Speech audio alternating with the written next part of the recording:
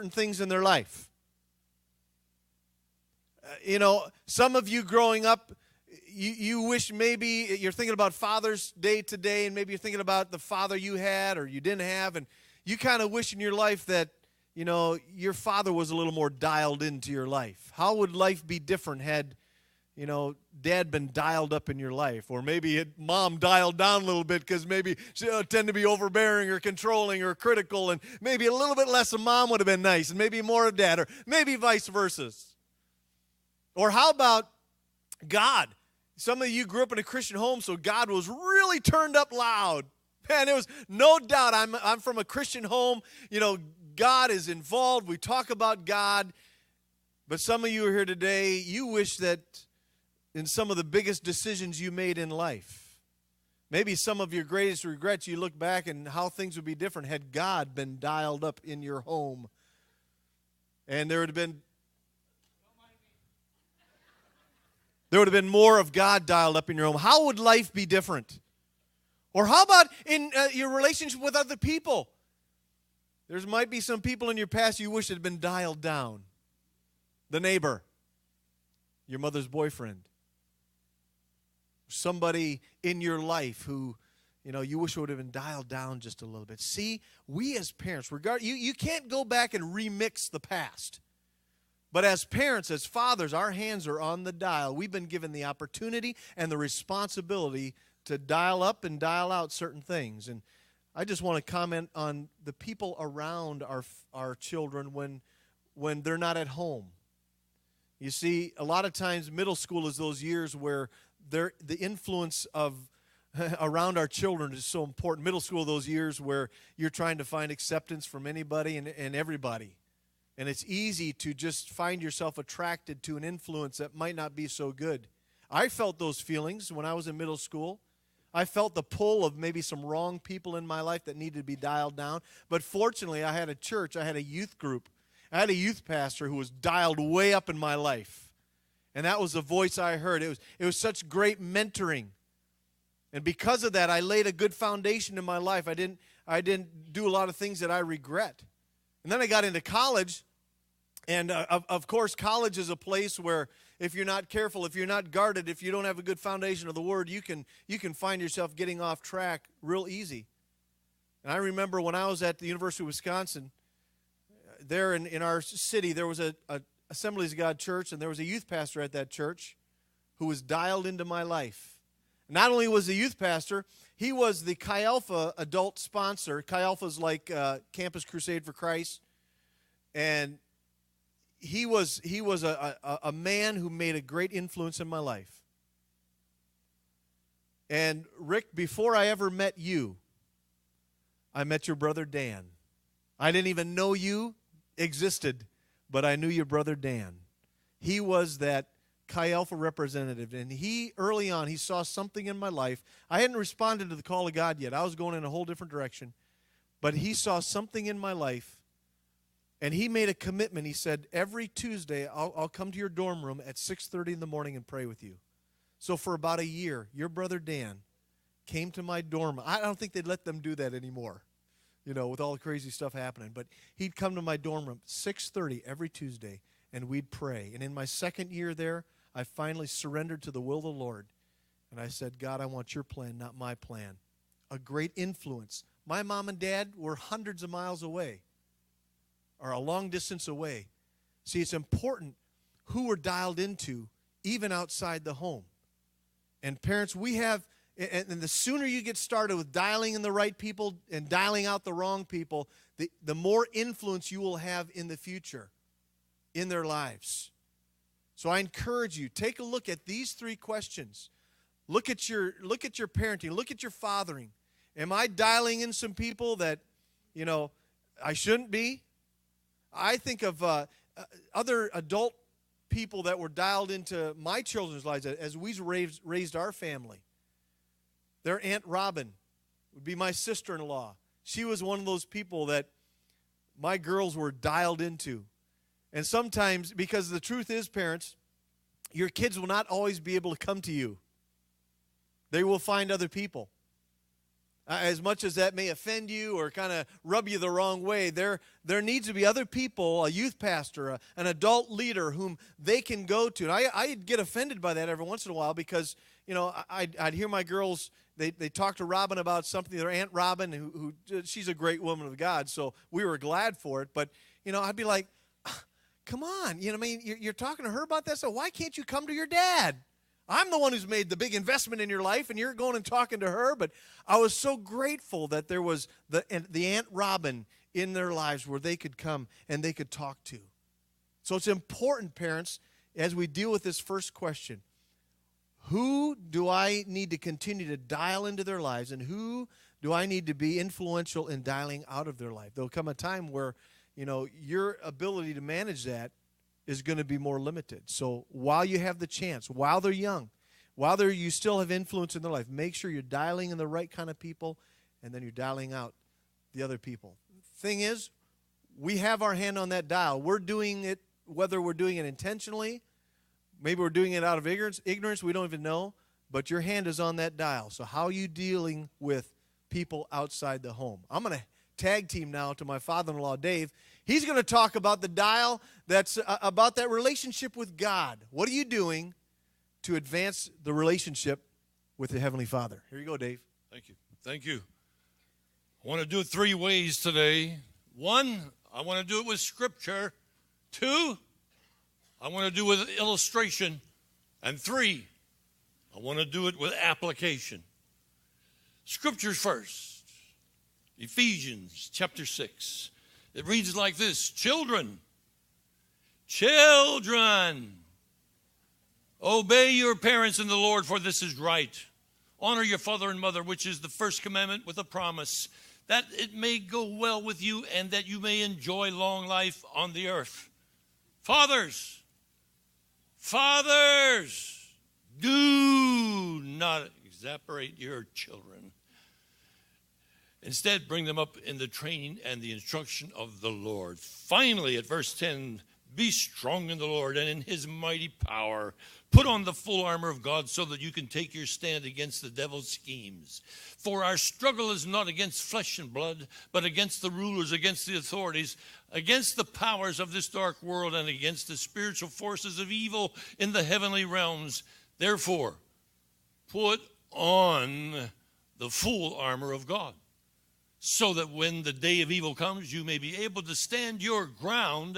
And after you have done everything to stand firm then with the belt of truth buckled around your waist and the breastplate of righteousness in place, and with your feet fitted with the readiness that comes from the gospel of peace. In addition to all this, take up the shield of faith, with which you can extinguish all the flaming arrows of the evil one. Take the helmet of salvation and the sword of the Spirit, which is the word of God, and pray in the Spirit on all occasions with all kinds of prayers and requests. With this in mind, be alert and always keep on praying for all the saints.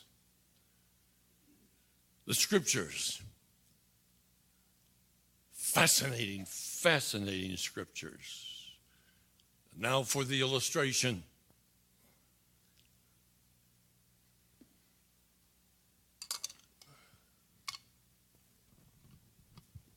Haven't recognized it yet? It's golf day in Pennsylvania. The Open is in Philadelphia. The stars are there, the big boys. I play golf once in a while.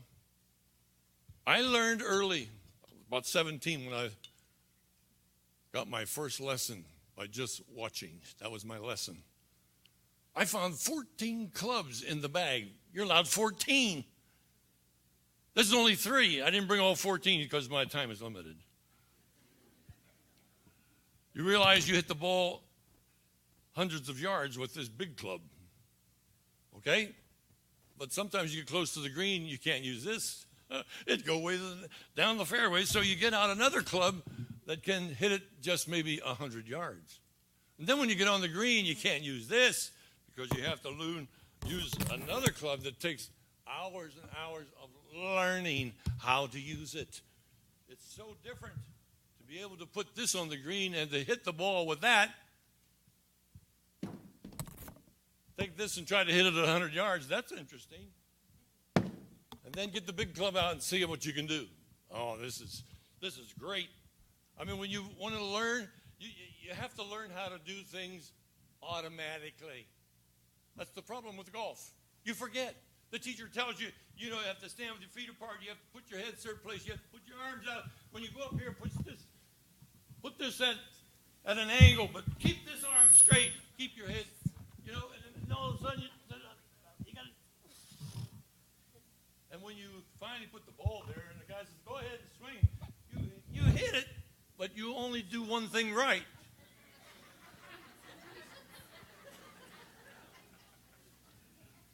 I'm holding the club pretty good. Don't worry about that. The ball is invisible, so it's not there. When you take the club and you begin to practice, you get good at it. You don't go in the woods all the time. You don't go over here in the water. You don't go in the sand trap. You hit it right because you are diligent about learning how to swing the club. And when you have 12 things to do at one time in just seconds, you have to come through with the club. It has to come automatic. That's why you don't take 14 clubs to the golf course and you say, "I'm going to play golf today." "Oh, yeah, oh, sure." So you get out all your clubs. You don't know what to do. It takes time. The pros today who are playing in Philadelphia, they hit 300 balls before they ever start today. Practice balls. They go out here and they practice for a couple hours. And it's time to go. You're on the tee. Boy, I wish I had that time. When I have to play golf, I get out in the bed, I run down to the car, run to the course. I'm late, I pay the bill, I run outside. They said, "Dave, you're up." And I put the ball down. I'm already swinging. And it counts. I didn't hit 3 balls. I didn't hit 300. I could be good if you give me 300 balls first. Then maybe I could. Well, I'd be too tired.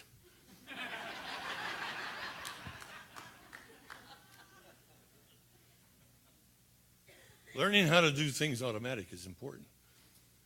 Just the other day, my friend came through town that we went to school with 58 years ago. And he said, "Let's go to Baker's and have some lunch." We got to talking about golf because he's the best golfer at the Bible college. He could beat anybody. And he said to me, "Dave," he said, I need to tell you about my life." He said, "I got married and I got 3 boys, and they grew up in my home, and I wanted them to be a golfer because I could do it. I could teach them. I knew how to play. I knew how to tell them." He said, "My boys weren't interested at all." "Golf, Dad, we don't want to be a golfer. We'll never be anything. I'm not even going out there with you, Dad." And then Dad said, he said, "I had to get my kids to play golf, my 3 boys. I wanted them to be golfers." So I said, "Look, guys, the day that you learn how to play golf and you beat me, your dad, I'll give you a $1,000 check." The next morning, those guys got up. "Hey, let's go. Where is it?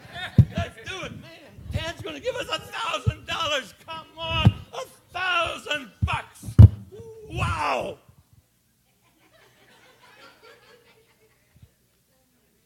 Charlie Jones took his son, said, "Son, I want you to become a reader." I said, "Dad, come on."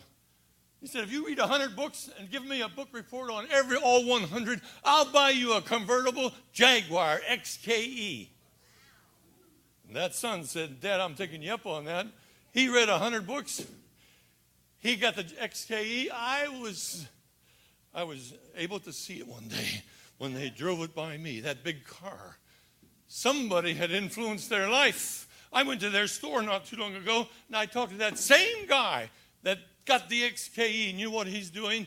He said, "Dave, I read the scriptures along with all the 100 books." And he said, "I am memorizing the whole New Testament.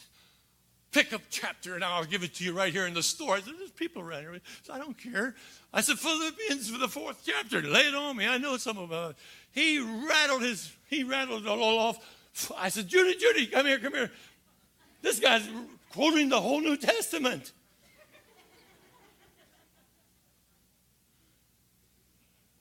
Now for the application. The application is this. We don't do everything automatically. We do some things. We're good at it. They just come automatically. You get out of bed in the morning, and you brush your teeth, you comb your hair, you put on your clothes, you eat breakfast, you get in your car, you drive. It's all automatic. You don't even have to think about it. But when you want to really do something good for yourself, you have to take some time. It takes practice. It takes work. It doesn't all come automatic. So I took 4 things in life that I wanted to teach my 3 girls. Judy and I purposed that we would put together some things that would help them when they were grown. We'd be proud of what happened to them. Here's the 4 things. I wanted to help make them mighty in their spirit. I wanted to allow them to collect wisdom. I wanted to be able to help them understand life's concepts. I wanted to give them God-given authority to defeat the enemy of their life. These 4 areas, there's 100 things you could do, but I've narrowed it to 4. What did we do? You could take 1,000 things and begin to teach your children. They don't all come automatic. These 4 don't come automatic. You have to practice. You have to hit 500 balls a day. You have to talk to your people and your family and your children. What did we talk about? How do we handle these? It'd take a couple hours to tell you about it. I only got 2 minutes left. Anyway. Here's what you do. You talk to your children about God. You talk to them about a calling in their life, something that's valuable and important. What are you going to do with yourself? You talk about the ministry. Families don't talk about the ministry anymore. They want to educate their brain and not their heart. Ministry will capture your heart. You want to talk about sex to them. You know, my dad did all his teaching on his knees. He prayed. That's all my dad really knew how to do with me was pray. Never talked to me about anything. Didn't believe in sports. I remember when I was 42 years of age, my dad had a soft moment in his life when we were talking, just he and me, somewhere. And my dad said, "Boy, Dave, I'm sorry that I never told you about sex." He said, "Do you think we could talk about it today?" I said, "Dad, I'm 42 years of age. I've been married for 19 years. I got 3 kids. Talk about sex?"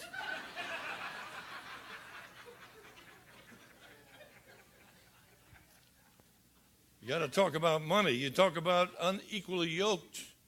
Boy, there's a big subject. Take a long time. Money, marriage, divorce, pornography.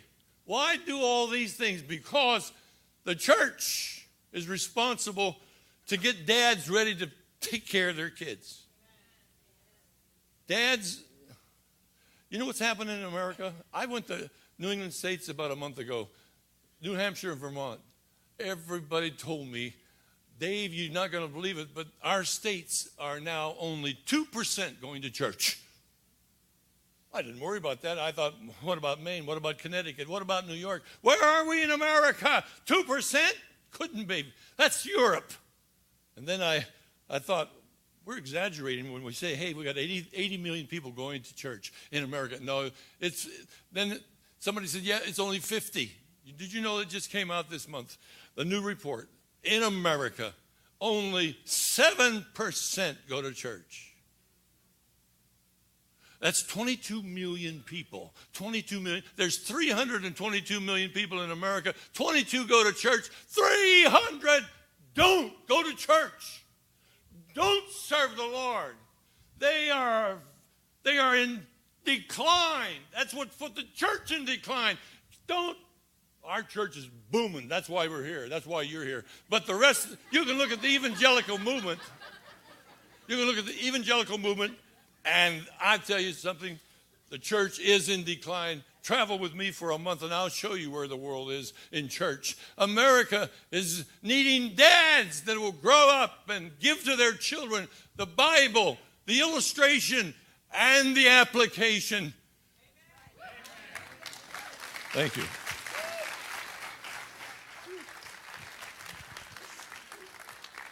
Sorry, I took some of your time.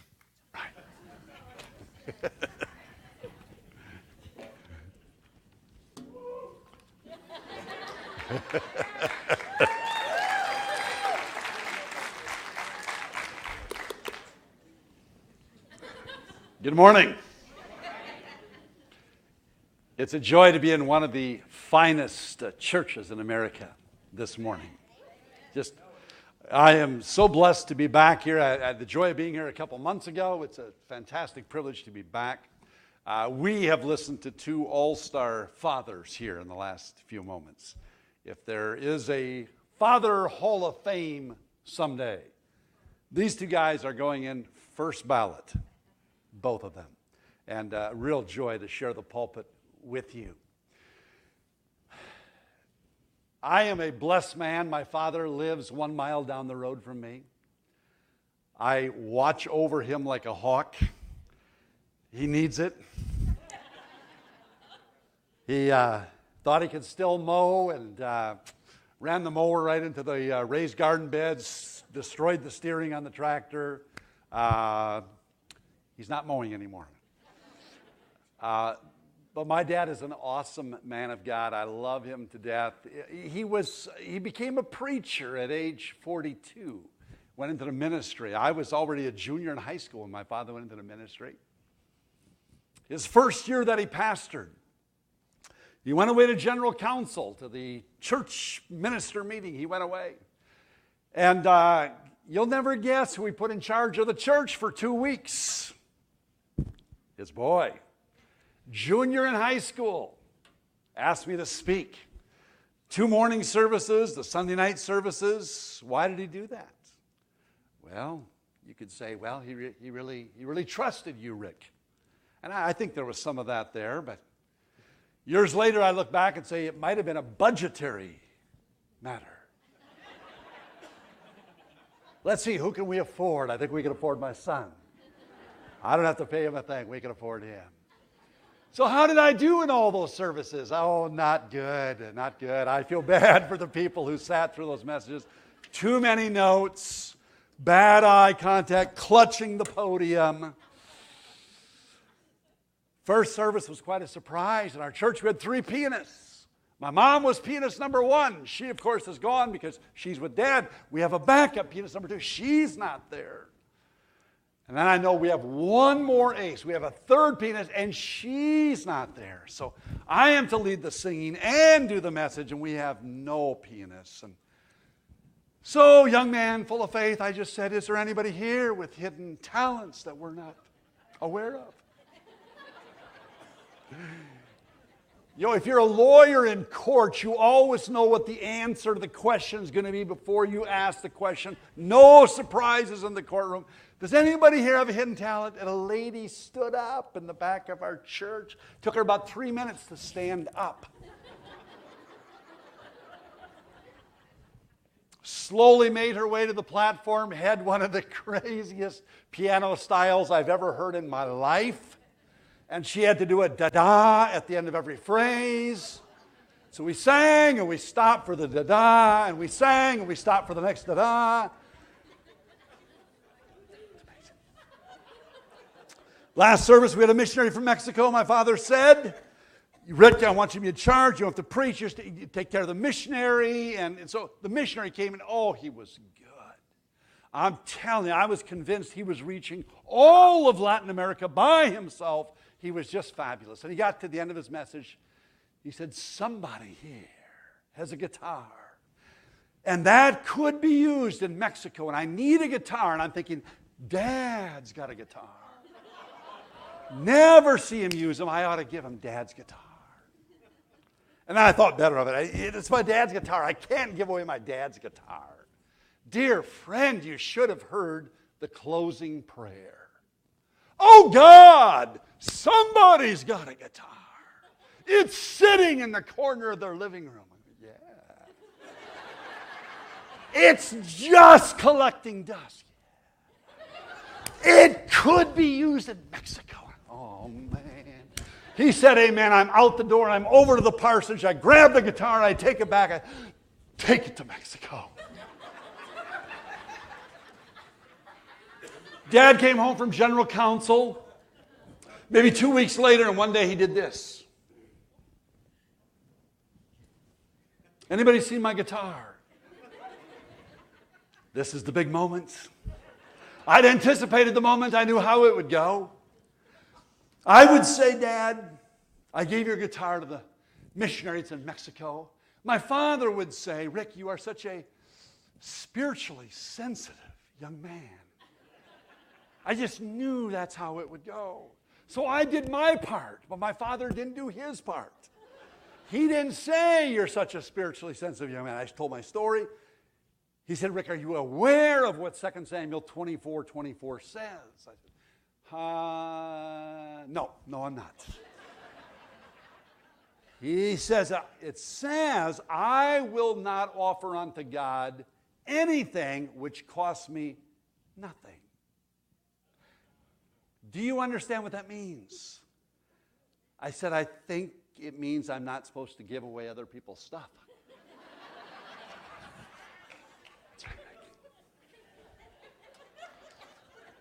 My father put up with a lot.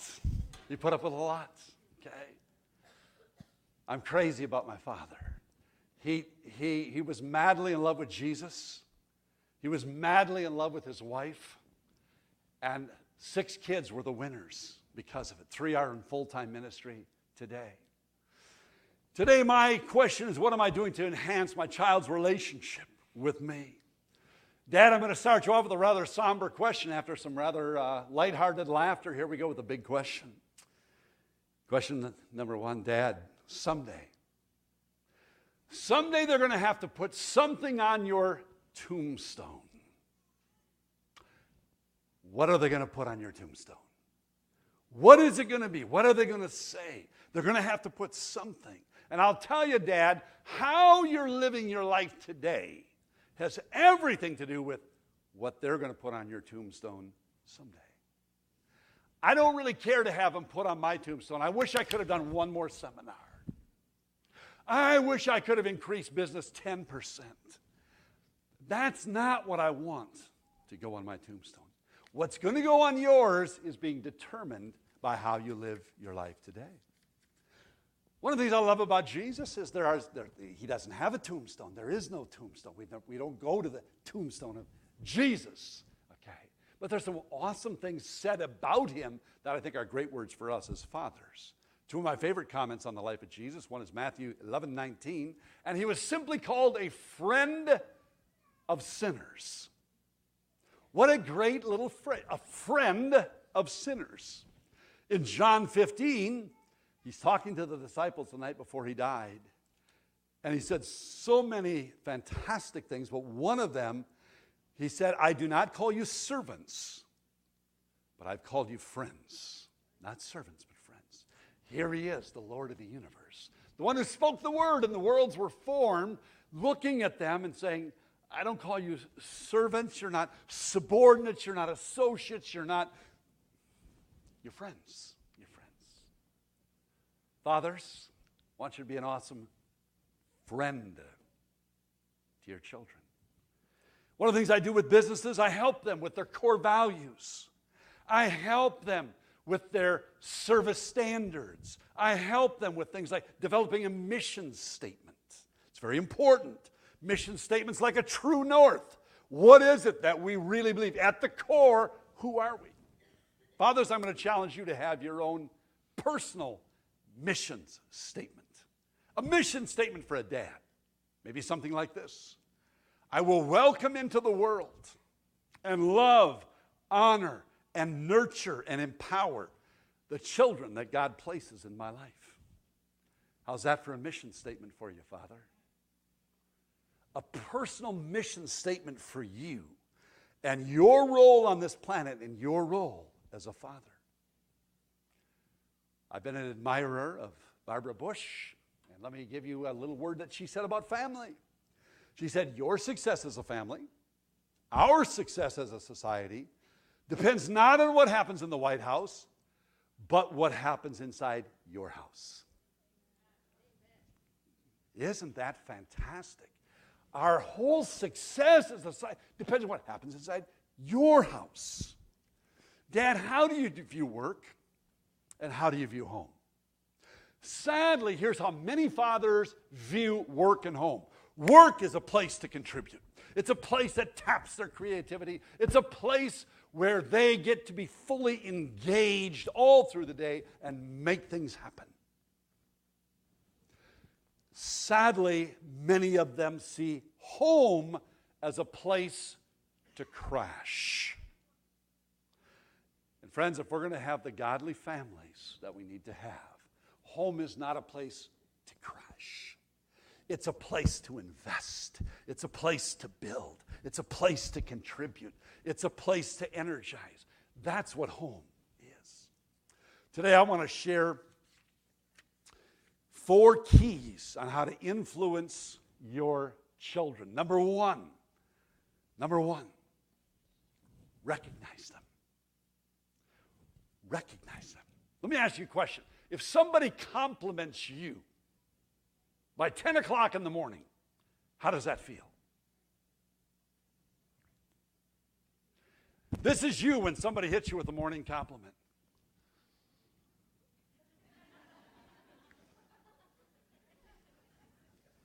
Bring on the problems. Just got a compliment.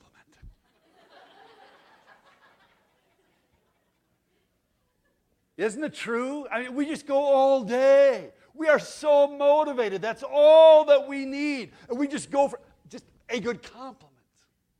In the workplace, they do these fantastic studies about why do people stay loyal to their workplace. Number one, it's not pay.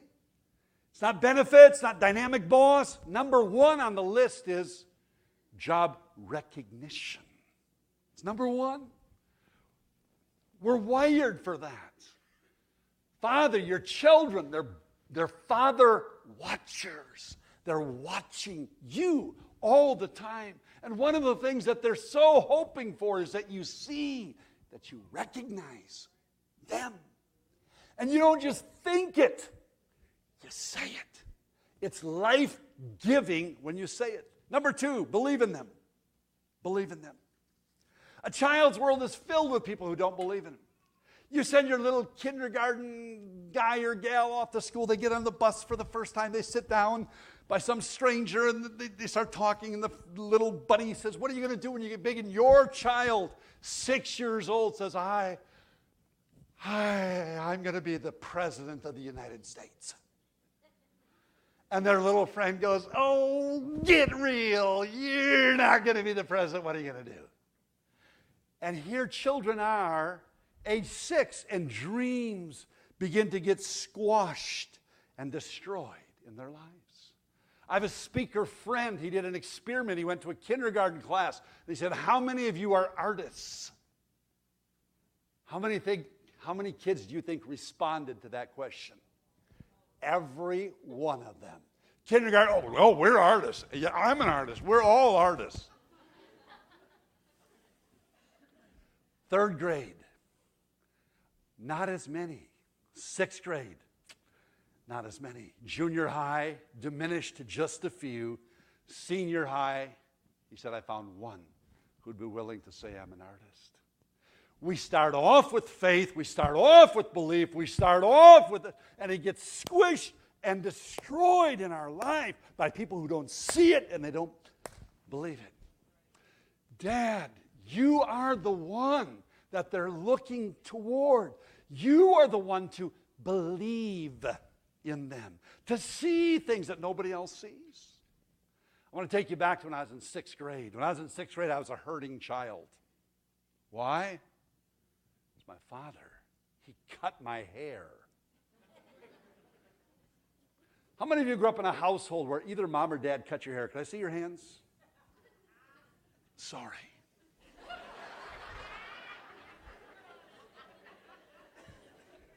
Did you get counseling?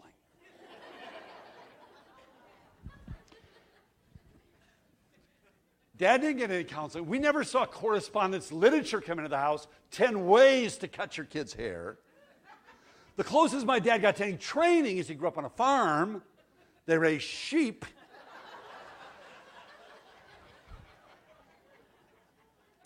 Every few weeks, Rick, Dan, and Kevin were sat on our bar stool and he cut off all of our hair. Oh, Rick, did you get a bowl cut? I would have killed for a bowl cut, okay? Some people look good without hair. Michael Jordan looks distinguished. Yul Brynner looks stately. Kojak was rugged. Vin Diesel is handsome. Rick Olson, total geek. Tall, skinny, big nose, big ears, no hair. Just a weird-looking kid. When you're in 6th grade, if you don't look good, you don't sit in the front row. You park yourself as far from the fun as you can get, and that's where I was. I'm parked back in the corner. I don't look good. I'm not smart. I'm not getting A's or B's. If things come together, I get C's. So not so bright, not so good looking. Ricky Olson's in the back corner waiting for my teacher to come in. There's no students there. None, okay? I'm just hoping. I want a young guy out of college. Love sports, gets off the subject. Funny. How fun would that be? If I can't have him, how about the young lady just out of college? Good looking, charming. Wouldn't that be great? I wasn't fussy, either one. I didn't get either one. The door opened. In she came. I was concerned. It just looked like a long year to me. She's got to be the oldest teacher in this school. She went to the front, she spread out the roster, started reading names. I put my hand up. She said, Rick, you wouldn't happen to have a sister by the name of Andrea, would you? I said, yes, I do. She said, I had Andrea 2 years ago. Andrea got straight A's for me. I expect you to do as well. Well, there she did it. She just compared me, stupid Rick Olson, to whiz kid Andrea. Andrea was not a normal child. Andrea slept with World Book encyclopedias. I was kind of a Mad Magazine guy myself. A professional counselor say, it must have been a devastating moment for you to be compared to Andrea. Not really. I think I was too stupid to be devastated. You got to be fairly bright to be devastated, all right? Little Ricky Olson. But when she said it that day, she said, I expect you to get straight A's. That was the first time this thought had ever gone through my mind. Yo, Rick, you're in 6th grade. What have you been thinking about for 6 years? What I thought about was whatever my teacher said, which usually went like this. Rick, what seems to be the problem? And I'm in the back of the room going, oh my goodness, I didn't even know there was a problem.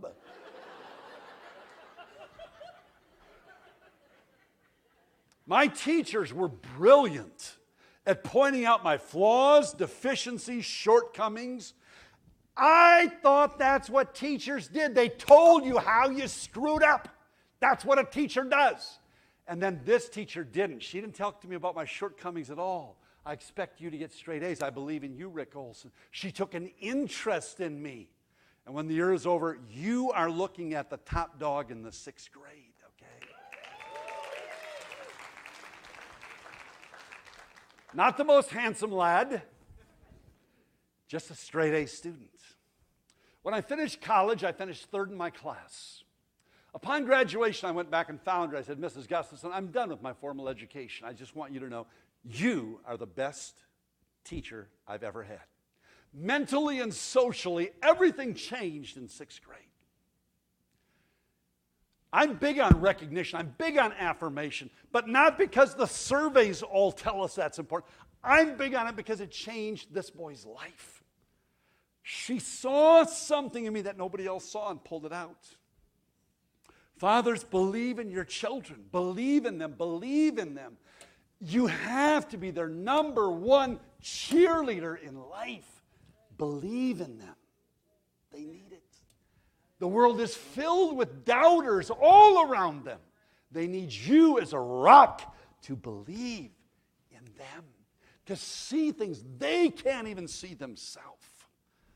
Believe in them. Next one says challenge them. So we recognize them, we believe in them, we challenge them. It's so easy for people to slide into mediocrity, to slide into normal, to slide, and it's such an easy slide. I was thrilled today to hear the joint efforts of Dave and Judy Colonen together. We're going to raise 3 daughters, and we're going to intentionally develop these things in these gals. And they have done so. And the world is blessed because they developed daughters with that mindset and that spirit toward God. It was not an accident. Great family life is never an accident. It's always intentional. Okay? It's intentional.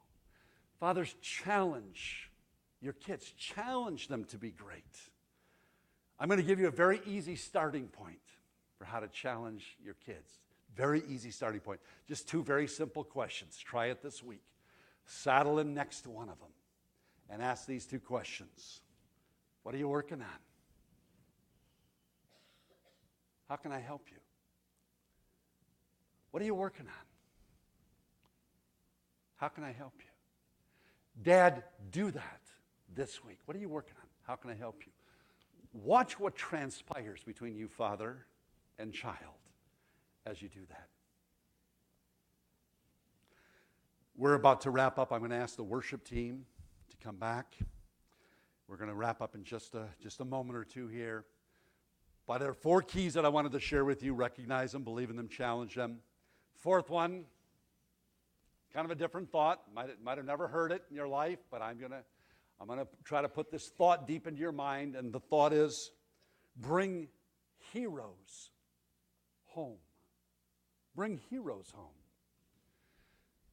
Dad, the scary thought is that heroes are entering your home every day. They're entering through television. They are entering through music. They're entering through posters. They're entering your home on a daily basis. Dad, please, bring some heroes home to your house. One of the things that my parents did that blessed us kids no end, they constantly were bringing fabulous people into our home. I've shared meals my whole life with people who were leaders in our area, people who were givers and servants, and they had a servant's heart. I got to hear the heartbeat of these kind of people. My mom and dad had them around all the time. If a missionary came, more than likely my dad would invite them over to the house and they'd share a meal with us. And I would hear wonderful stories about Africa and the Far East. And I was mesmerized as a little guy. Constantly bringing heroes home. Dad, you're going to leave a lasting impression on your kids. Bring some heroes home to your house. Friends, there's no such thing as a perfect family. It's a myth. There's no such thing. I grew up with Ward and June Cleaver, Ozzie and Harriet Nelson. We have not evolved, we've devolved to the Simpsons and the Sopranos and some pretty bad family role models. There are no perfect families. But I'll tell you what there are. And by God's grace, today is the beginning of a fantastic growth time for your family. In God's plan, there are growing families. Not perfect, but growing families. There are learning families. There are becoming families. Father, may you make a commitment today to be the kind of dad that influences your children and your family in that way.